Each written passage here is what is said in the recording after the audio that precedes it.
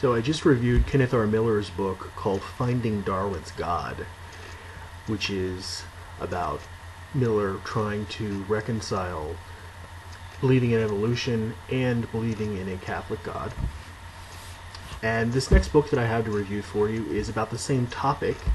It's about science and religion, but it's, well, the title kind of says it all, so I'll just show you the book. It's Before Darwin, Reconciling God and Nature by Keith Thomson. What we think about the modern biological sciences, when we think about them, one name invariably pops into mind, and that's the name of Charles Darwin. Keith Thomson's book looks at the approximately 2 centuries of science, especially the biological sciences, but not solely the biological sciences, that predate Darwin. Partially in an attempt to see what influenced him, but mostly because it's just fascinating history in and of itself. Thomson is almost wholly concerned with an age in which all natural science, which was still often then called natural philosophy, was almost always natural theology as well. That is, it was an understanding that the study of science and nature would draw one closer to understanding the mind of God. William Paley, who I also mentioned in the review of the Miller book, the 18th century English naturalist, whose book Natural Theology had a tremendous influence on Darwin's early career, thought that the ways of God are shown to man through a rigorous and critical study of the natural world. This book gives you a quick, breathless account of several of the big scientific developments between around the time of Copernicus to Newton, and we see that the more we learn about God, the less ground natural theologians really have to stand on. Thomson rhetorically asks on page 44 of the book, sort of summing up his own doubt as to how firm a theological foundation natural theology really is. He asks, once Pandora's box was opened and a new, lesser role ascribed to God, who could predict where matters would end? The rest of the book is taken up with discussing the contributions of several scientists, many of them not nearly as recognized as I think they should be, including the likes of Thomas Burnet, John Ray, Robert Plot, and Martin Lister. Paley and Ray especially built an argument from design, but there was one glaring problem with it. It's clear that there are many things in nature which are not perfect, and that don't really look like they were designed at all.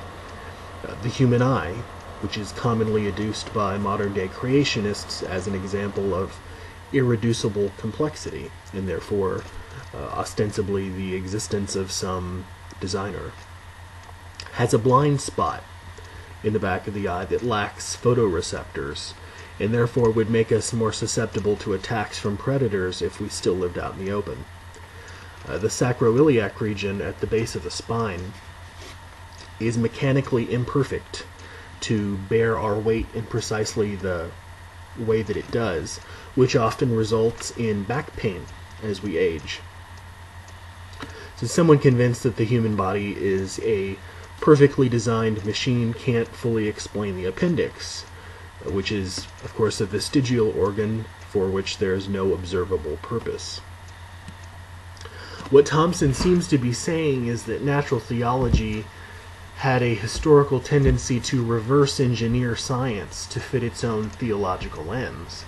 Therefore, what we see here is not so much science as we would understand the term today, since probably most of what he talks about here is either before or right at the beginning of what we would recognize as modern science. But this is the kind of science that resembles more anthropocentric cherry-picking to shore up pre-formulated beliefs, namely the account of creation in Genesis. There are 2 of them, actually. Ironically, these culminate in the work of Steno, who is a Dutch geologist and anatomist, who was sort of blithely unconcerned with how much his own work, the work of a Catholic bishop, mind you, Steno was a Catholic bishop, was completely unconcerned whether his own work confirmed or denied the accounts of Genesis. There's a ton of other fascinating stuff in here that I won't really get into because, I don't want this review being 30 minutes long, about interpretations of the fossil record. Apparently people used to think that fossils just grew in place in the ground and that their resemblance to animals was purely coincidental, which I did not know. It is actually kind of funny to think about.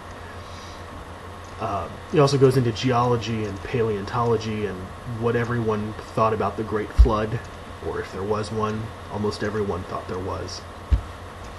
It could serve as a reference work if you're interested enough in the history of natural science in the 17th and 18th centuries.